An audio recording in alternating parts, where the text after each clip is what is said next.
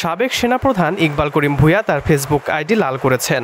গত মঙ্গলবার থেকেই লাল রক্তে ছেয়ে গেছে যেন ফেসবুক। কারো আইডিতে প্রবেশ করলে যেমন লাল রং দেখা যাচ্ছে, তেমনি কারো পোস্ট দেখতে গেলেও চোখে পড়ছে লাল রং।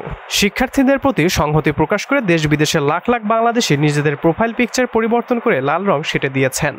সাধারণ নাগরিক থেকে শুরু করে নামি দামি অনেক ব্যক্তি, এমনকি বিদেশিরাও এমনটি করেছেন। বাংলাদেশের গুরুত্বপূর্ণ ব্যক্তিদের মধ্যে সাবেক সেনাপ্রধান জেনারেল ইকবাল করিম ভূঁইয়া নিজের ফেসবুক প্রোফাইল পিকচারই নয়, নিজের ফেসবুক কভার ফটো লাল রঙে পরিবর্তন করেছেন।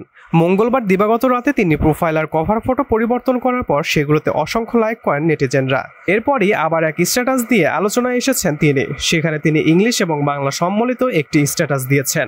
সামাজিক যোগাযোগ মাধ্যম ফেসবুকে সেই স্ট্যাটাসে তিনি লিখেছেন, যথেষ্ট হয়েছে, এই অন্ধ উন্মাত্ততার অবসান জরুরি। আমাদের সন্তানদের উপর গুলি চালানো, তাদের অপহরণ, গণগ্রেপ্তার এবং নির্যাতন এখনই বন্ধ করুন, এমনটাই জানিয়েছেন এই সাবেক সেনাপ্রধান।